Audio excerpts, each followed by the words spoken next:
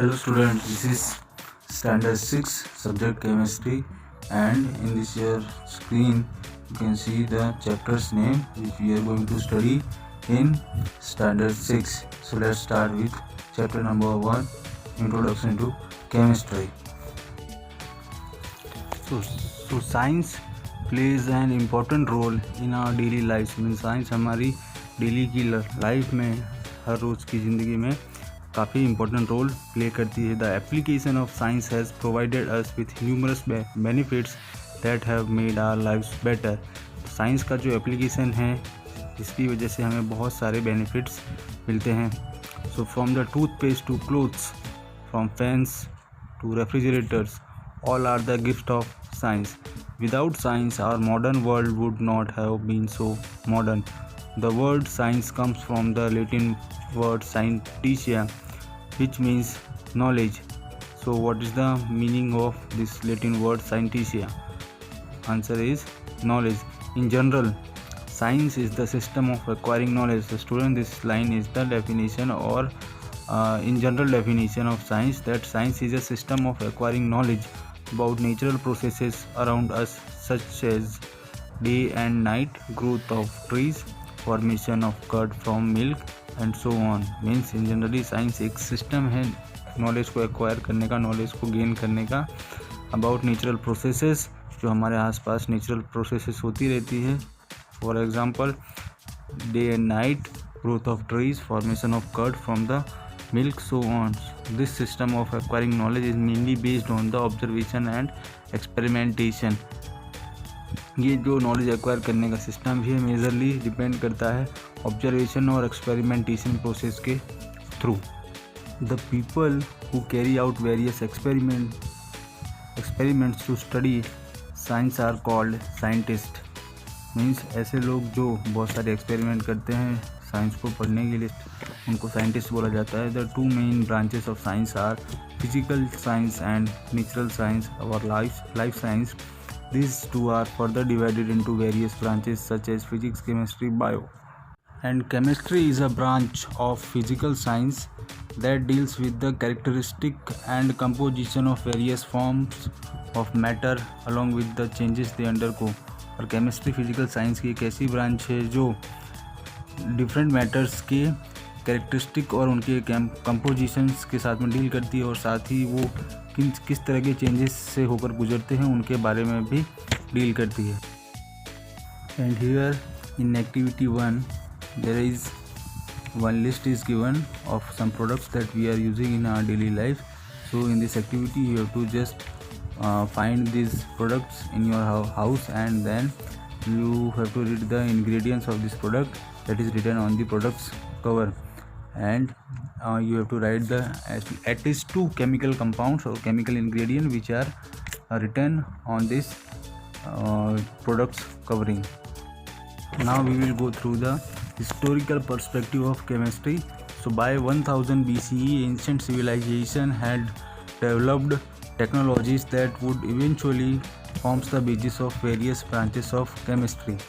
So 1000 BC के around ancient civilisation ने ऐसी कई टेक्नोलॉजीज़ को डेवलप कर लिया था, उन्हें सीख लिया था, जान लिया था, जो आज की मॉडर्न साइंस की डिफरेंट ब्रांचेस का बेस थी.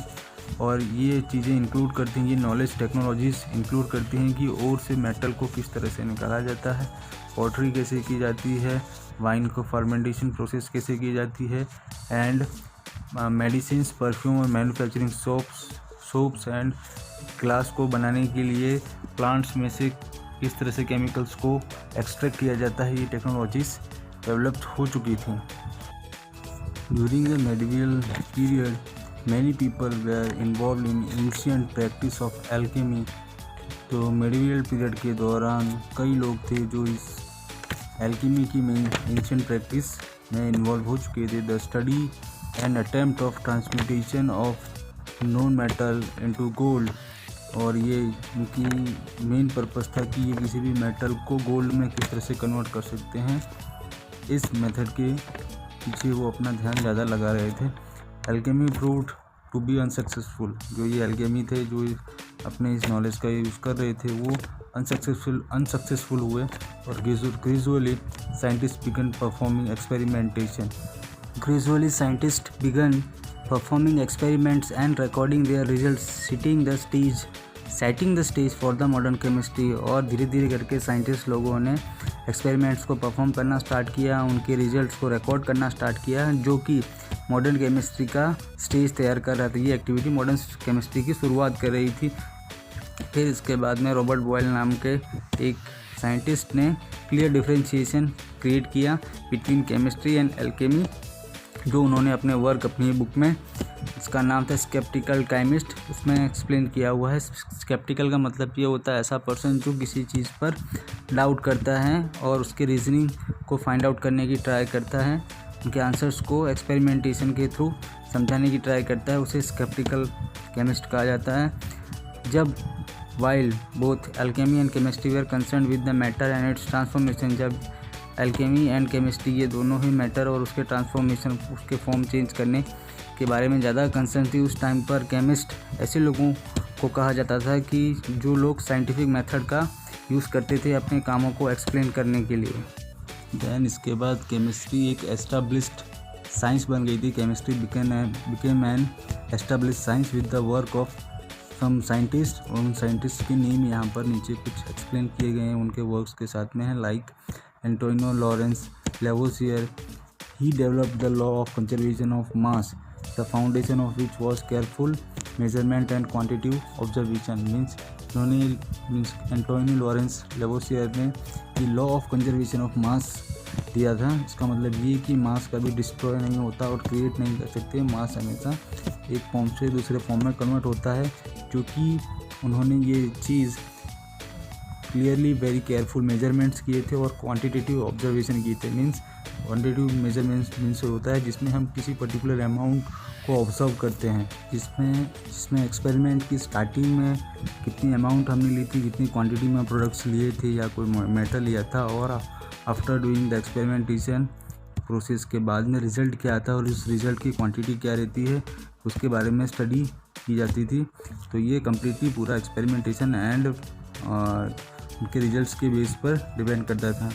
इन 1803 और 1803 जॉन डाल्टन नाम के साइंटिस्ट ने एटॉमिक थियरी दी थी। 1869 में डिमित्री मेंडेलीव ने पीरियोडिक लॉ बना दिया था। मीन्स पीरियोडिक टेबल के बारे में हल्का सा टेबल जनरेट किया था, जो मेटल्स या जो भी एलिमेंट्स इस नेचर में अवेलेबल थे उनको उनके मास के अकॉर्डिंग अरेंज किया था। In 18 then this further led to the discoveries of many new elements and compound. इस पीरियोडिक लॉ की हेल्प से आगे जाकर के और भी कई डिस्कवरीज हुई जिन्होंने नए एलिमेंट्स और कंपाउंड्स को फाइंड आउट करने में, इन्वेंट करने में हेल्प की थी। Then after in 19th and 20th century, chemistry was further advanced by path-breaking discoveries and invention by scientists such as Marie Curie, Ernest Rutherford, and others. In recent times, Indian scientists who have produced acclaimed work in the field of chemistry are C.N.R. Rao and Venkataraman Ramakrishnan. Then उसके बाद में 19th and 20th century के अंदर chemistry में आगे path breaking बहुत सारी discoveries हुए, इन्वेंशंस हुए by some scientist. Some names are given, Marie Curie and Ernest Rutherford and others. और रिसेंट टाइम में इंडियन साइंटिस्ट का भी इसमें कंट्रीब्यूशन रहा था केमिस्ट्री के डेवलपमेंट में। इनके दो नाम दिए हुए हैं, C.N.R. Rao and Venkatraman Ramakrishnan. Now we will start importance of chemistry. So importance of chemistry में ये बात बताई गई है इस पैराग्राफ में कि केमिस्ट्री एक ऐसी इम्पोर्टेंट साइंस थी, इसका इतना इम्पोर्टेंट रोल था कि प्रैक्टिकली अगर देखा जाए तो ह्यूमंस की जितनी भी एक्टिविटीज़ होती हैं उन सभी में डायरेक्टली और इनडायरेक्टली केमिस्ट्री डिपेंड करती है, या उसकी सारी एक्टिविटीज़ केमिस्ट्री पर डिपेंड करती है। The list of practical uses of chemistry is endless. Chemistry के प्रैक्टिकल यूज हैं वो एंडलेस हैं, मीन्स बहुत सारे हैं जिनको काउंट भी नहीं कर सकते।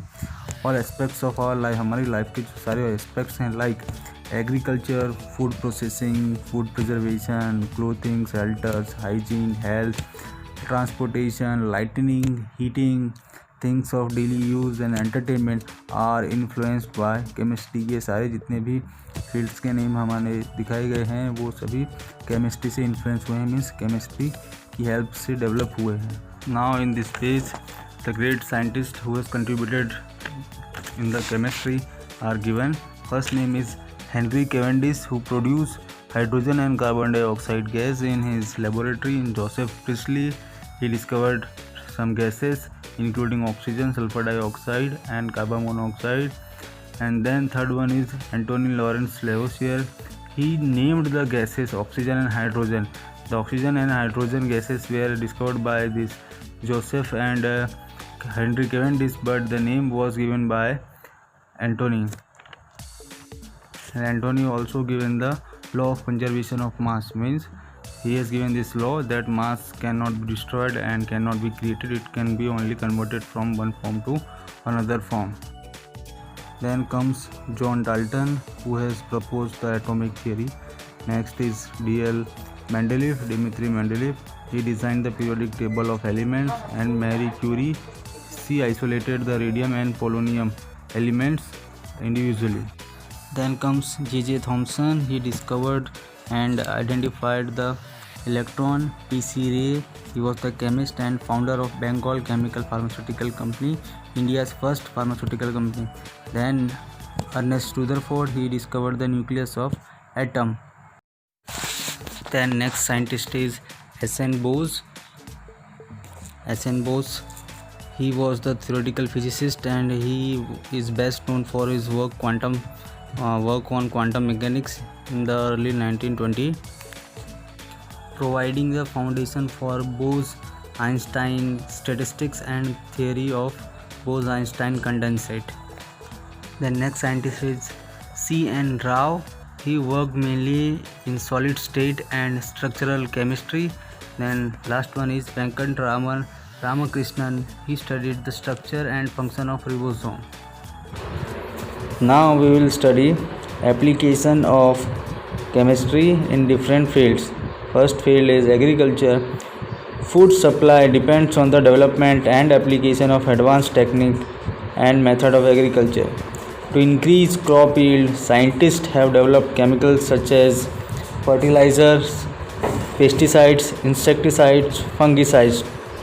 मीन्स फूड सप्लाई की जो फूड को किस तरह से सप्लाई करना है in the society, that depends on the different techniques or advanced techniques which are produced by chemistry or produced by different branches of science. In agriculture, mostly to increase the crop yield, means to increase the quantity of the crops, scientists have developed chemicals such as fertilizer, pesticides and insecticides, fungicides. ये सारे chemicals के name हैं. They are the different categories chemicals which are useful to increase the crop yield and kill the different pests and insects and fungi to protect the crop. Fertilizers are the chemicals that provide nutrients to crops. Fertilizer ये nutrients provide करते हैं crops को और increase करते हैं इनके production को. Pesticides and insecticides are chemicals used to kill pest, insect that affect the production of crop. ये pesticide, insecticide सारे पेस्ट और ये इंसेक्ट्स जो होते हैं स्मॉल ऑर्गेनिजम्स उनको किल करने के लिए यूज़ होते हैं to and also to increase the crop production. Now next field is clothing. Cloth is made from fibers. Fibers may be natural or synthetic. Natural fibers are obtained from plants and animals. Cotton, wool, silk and jute are natural fibers. Synthetic fibers are prepared from chemical substances. Nylon, polyester and terylene are synthetic fibers, and they are often mixed with the natural fibers through various chemical processes to produce a large variety of fabrics. Means clothes ये fibers के बनते हैं और ये fibers जो होते हैं ये naturally और synthetic दो टाइप के हो सकते हैं.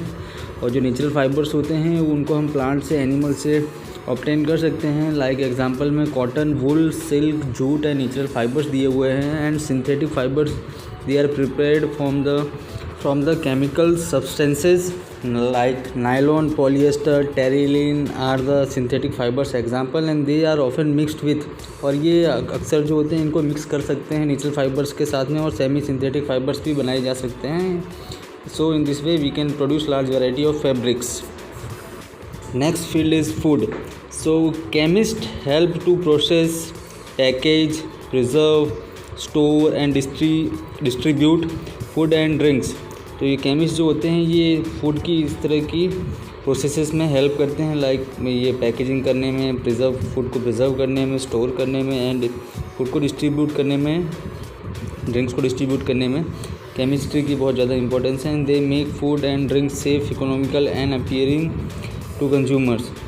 ये फूड को और ड्रिंक्स को जो सेफ़ रखते हैं, इकोनॉमिकली भी मीन्स कॉस्टली नहीं होने देते हैं, ख़राब नहीं होने देते हैं, एंड कंज्यूमर को अच्छा भी लगे, इस तरह से इनके डिज़ाइनिंग और पैकेजिंग भी की जा सकती है। So food additives are made from the chemicals and are included in food to improve their self life. ये फूड एडिटिव्स जो होते हैं ये एक तरह के केमिकल हैं जो फूड्स में ऐड किए जाते हैं उनकी सेल्फ लाइफ को इम्प्रूव करने के लिए। What is self life? तो self life is in how much time this food will get deteriorated, और ये फूड ख़राब हो जाएगा तो उसको उसकी सेल्फ लाइफ कही जाती है। That time is they have decided 1 day 2 day और 1 month, this much time, after this much time this food will be get deteriorated or rotten। सो ये उसकी सेल्फ लाइफ को इम्प्रूव करते हैं, अपीयरेंस को इम्प्रूव करते हैं, फ्लेवर को इम्प्रूव करते हैं। These are the chemicals which are use to increase this self life, appearance and flavours. Preservatives जो होते हैं ये such as sodium benzoate, sodium metabisulphite and others are used for the preservation of food. Artificial sweeteners such as saccharin and aspartame are use to sweeten food. ये दो chemicals के name हैं, saccharin and aspartame are use to sweeten the food को मीठा बनाने के लिए इस्तेमाल करते हैं। Food items such as refined oil are obtain through the chemical processes. Common food items such as milk, tea, jam and jellies are preserved by chemical processes to increase their self life. ये different chemical process के through ये अपने jam वगैरह होते हैं, milk products जो होते हैं, they are gone through this chemical processes to increase their shelf life. Next field is building materials. So materials such as cement, mortar, bricks, steel, glass and varnishes are used for the construction of buildings, roads and bridges. These materials are manufactured by chemical processes. Next is useful materials.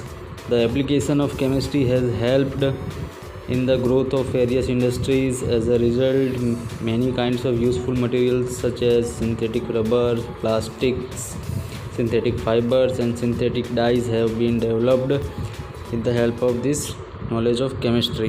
Now next field is medicines. So medicines are the chemical substances used in the prevention and treatment of disease. तो medicine कुछ ऐसे chemicals होते हैं जो बीमारियों को ठीक करने में और उनसे बचने में हेल्पफुल रहते हैं या उनके काम आते हैं। So the knowledge of chemistry has helped in preparing various kinds of medicine to detect and fight disease. तो ये केमिस्ट्री की नॉलेज की हेल्प से काफ़ी सारी मेडिसिन बनाई जा चुकी हैं जो डिजीज़ को फाइंड आउट करने में और उनको उससे फाइट करने में भी हेल्प करती हैं। Medicine such as paracetamol, aspirin, penicillin, tetracycline and ampicillins are use to treat various health problems.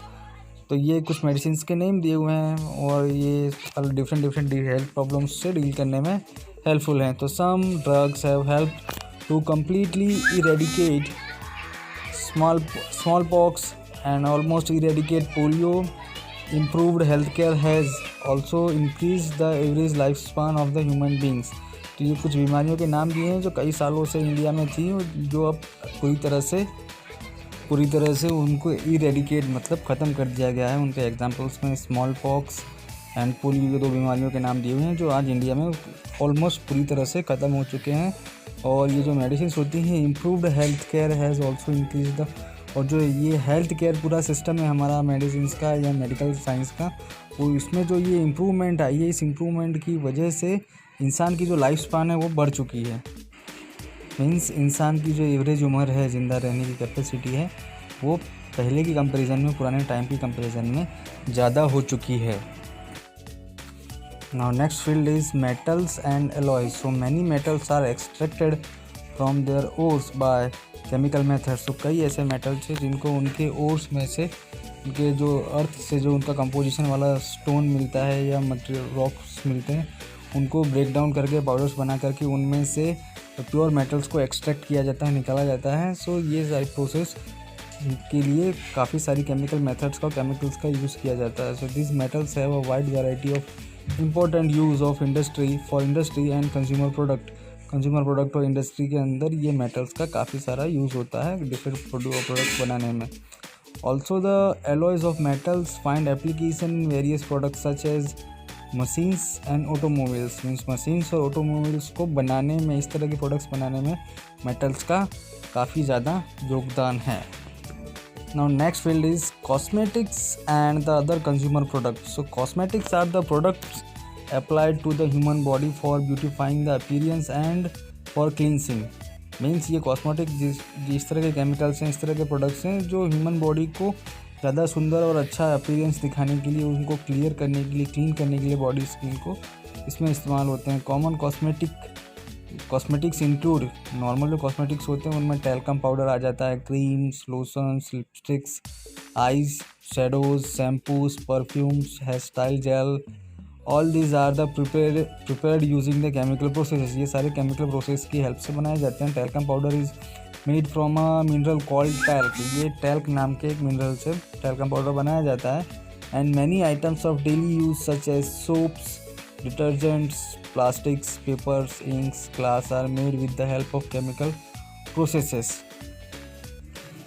First of all, petroleum products means what are the petroleum? So petroleum is the dark crude oil or liquid that is obtained from the earth, from inside the earth, below the crust.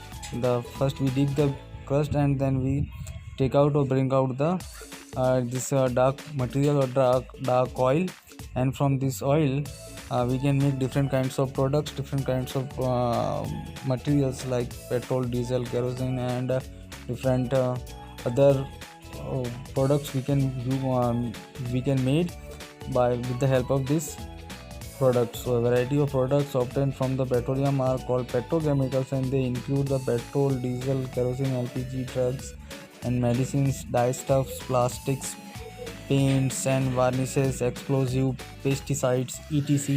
All these products are obtained using chemical processes. So these are the different varieties of products which are made by using the petroleum or this dark liquid. सो ये electronics की जो दुनिया है उसमें भी chemistry की knowledge ने काफ़ी हेल्प की है। जिसमें से एक एग्जांपल के तौर पर मेटलॉइड्स जो हैं, सिलिकॉन एंड जर्मेनियम, ये दो एलिमेंट्स है, इनकी प्रॉपर्टी है इलेक्ट्रिकल कंडक्टिविटी। इसको सर्च करने में, उसको स्टडी करने में केमिस्ट्री ने बहुत हेल्प की है। और this special property of germanium and silicon makes them useful in the electronic industry. और ये कैरेक्टरिस्टिक उनको इलेक्ट्रॉनिक इंडस्ट्री में हेल्प करती है काफ़ी for the manufacturing of electrical circuits in radios, television, computer chips, solar electrical cells and so on. तो ये different tools and device हैं जिनके अंदर ये सिलिकॉन एंड जर्मेनियम की जो प्रॉपर्टी है, इसकी वजह से इनका यूज़ होना ईजी रहता है और ये डिवाइस अच्छी तरह से ऑपरेट हो सकते हैं और फंक्शन करते हैं। Now let's see the harmful effects of the chemistry. Along with the beneficial effect of chemistry on society, there are some harmful effects also.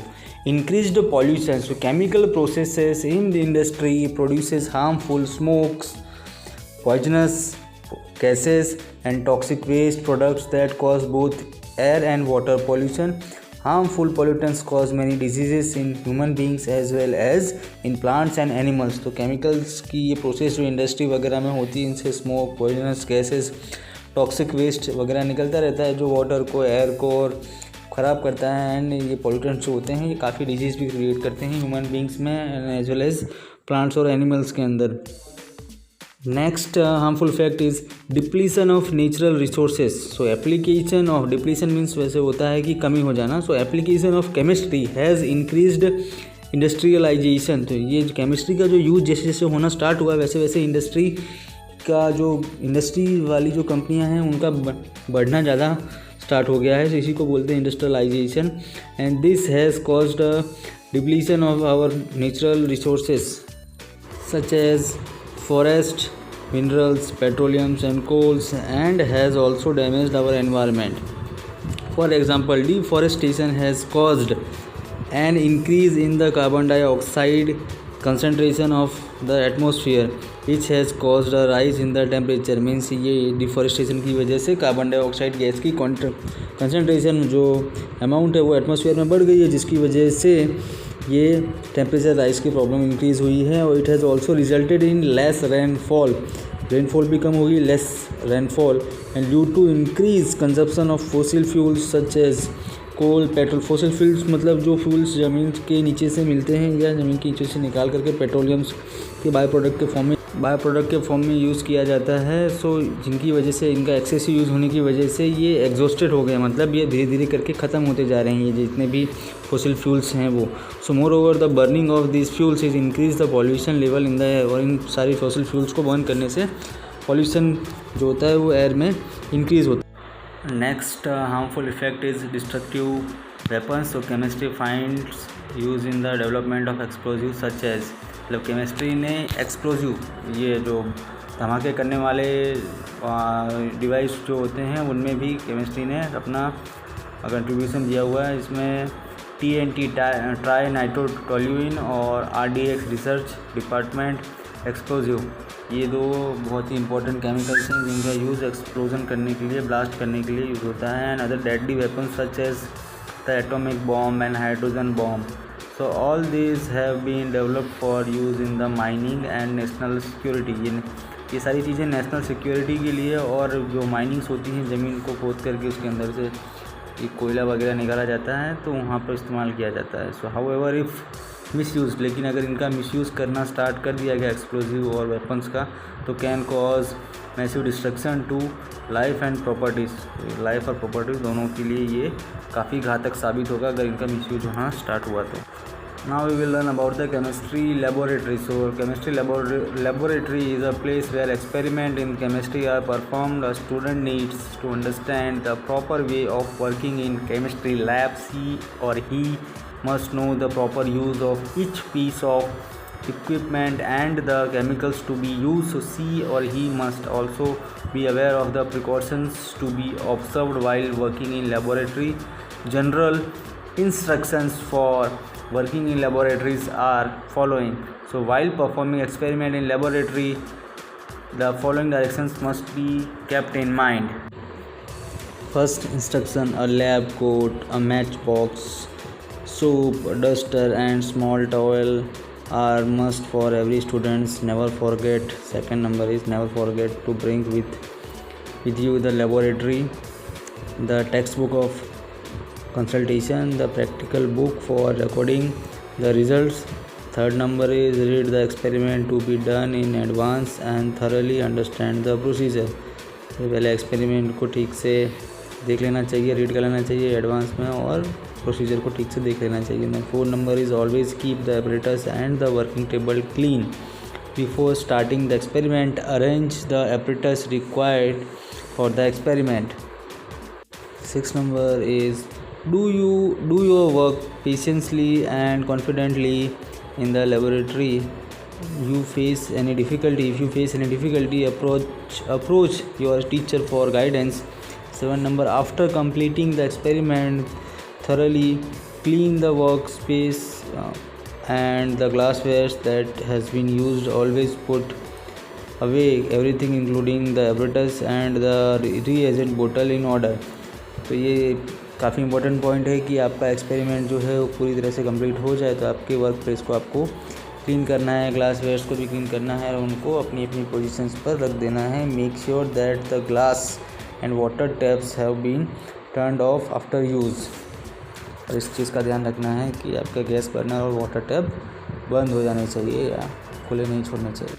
Now next point is topic is safety precautions in chemistry laboratory. So the possibility of an accident happening in chemical laboratory can never be ruled out. मतलब chemistry laboratory में कोई accident कभी ना हो ऐसा possible नहीं है, कभी ना कभी एक्सीडेंट्स हो ही जाते हैं. So accident often occurs due to carelessness. Therefore the following safety precautions must be observed by the student while working in laboratory. Wear a lab coat and apron to protect your clothing. It is advisable to wear safety goggles. Do not wear contact lenses. Second, read the label on all the chemical reagents containers before using their content. The use of wrong reagent can lead to the serious accident. Third, handle dangerous reagents such as concentrated nitric acid, sulfuric acid, etc. with care. ये काफ़ी concentrated acids होती हैं, उनको बड़े ध्यान से इस्तेमाल करना होता है. Do not throw hot concentrated sulfuric acid in the sink without cooling it. Make sure that water is running into the sink so that when you throw away anything into it, it is safely washed away. इस चीज़ का ध्यान रखना है कि sulphuric acid जो concentrated होती है उसको आप बिना ठंडा किए सिंक को अंदर नहीं डालेंगे, otherwise it can damage the sink also और pipeline also. So that is why you have, while you are throwing this sulfuric acid at the time, you have to also open your tap, water tap. 5 number is do not heat a test tube containing solution with its mouth facing towards you और your neighbour. आपके ऊपर या आपके neighbour की तरफ face करते हुए test tube को कभी गर्म नहीं करना है और हीट नहीं करना है. इफ़ एनी सॉलिड्स और liquid chemical spills on your skin then close wash immediately under running water. Whenever it happens, spill something on your clothes, then wash immediately under running water. 7 number, if a burn is caused by chemical like concentrated acids or corrosive alkalis, rinse it out at once with a large amount of water. Report the accident to your teacher who will arrange for the necessary first aid. अगर कभी आप किसी chemical concentrated acid या corrosive alkalis नाम के chemical से अगर burn हो जाते हो, जल जाते हो, तो आपको पहले उसको काफ़ी सारे वाटर से उसको धोना है एंड देन तुरंत ही आपके टीचर को एक्सीडेंट के बारे में जानकारी देनी है. 8 number, never test a chemical और inhale its vapour unless your teacher instruct you to do.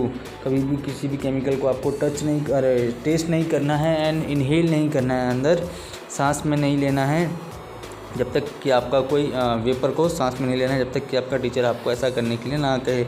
9 number, do not eat or drink in the laboratory. And 10 number, identify the location of the extinguisher, also know how to use it. हमेशा याद रखिए कि आप fire extinguisher कहाँ पर रखा हुआ है, उसकी लोकेशन आपको पता होनी चाहिए और किस तरह से उसे इस्तेमाल करना है लेबोरेटरी में, ये आपको जानकारी होनी चाहिए. And then this is here our chapter is completing chapter number 1 standard 6. एंड इसके बाद में मैं आपको कुछ स्लाइड्स पिक्चर्स इसमें ऐड कर देता हूँ जिसमें एक्सरसाइज दी हुई है that you can easily solve. Okay, after watching this video. And here I also attached some common laboratory apparatus in this video, so kindly read them and understand the use of these apparatus in the chemistry laboratory. It is very easy to read and understand what are they used for. And here our chapter is completing, so thank you.